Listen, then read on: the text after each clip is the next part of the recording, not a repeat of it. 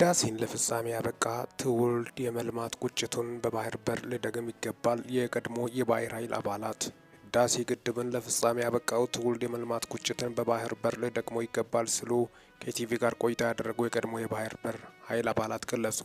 የቀድሞ የባህር በር ኃይል አባላት ማስተር ቺፍ ዘሪሁን ወየሳ ኢትዮጵያ የባህር በር በነበራት ወቅት የንግድ እንቅስቃሴው በጥሩ ደረጃ ላይ እንደነበር አስታውሰዋል። በጊዜው የአሰብ ወደብ ሁልጊዜ ስራ ይበዛበት ነበር የሚሉት ማስተር ቺፍ ዘሪሁን በዛን ወቅት በነበረው እንቅስቃሴ ላይ አሁን ያለው የተሳለጠ ንግድ እንቅስቃሴ ብታከልበት ኖሮ ኢትዮጵያ ጠንካራ ኢኮኖሚ የምትገነባ ሀገር እንደምትሆን ምንም ጥርጥር የለውም ሲሉ ጠቅሰዋል። ኢትዮጵያ አሁን እያነሳች ያለችው ባህር በር ይገባኛል ጥያቄ ወደብን ከማግኘት የዘለለና ሁለንተናዊ የልማት ፍላጎት የያዘ እንደሆነ አንስተዋል። ኢትዮጵያ የባህር በር ጥያቄ ለሀገሪቱ ደህንነትና ሕልውና ወሳኝ ጉዳይ መሆኑን ተናግሯል። ኢትዮጵያን የህዳሴ ግድብን በራሷ አቅም ሰርታ መጨረሷን እንደምትችል ለዓለም አሳይታለች ያሉት ማስተር ቺፍ ዘሪሁን አሁን ደግሞ የምታነሳውን ግልጽ የባህር በር ጥያቄ ከግብ ለማድረስ ትውልድ በጋራ ሊቆም እንደሚገባም ነው ያስተላለፉት።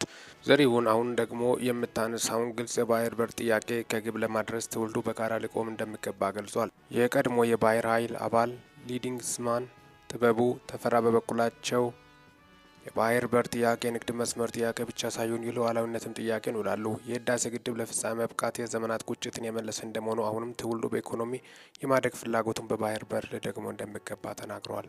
ሚኪታ ቦር ነኝ። ሰብስክራይብ በማድረግ ወቅታዊና ታማኒ መረጃ አግኙ። ሰላም ቆዩልኝ።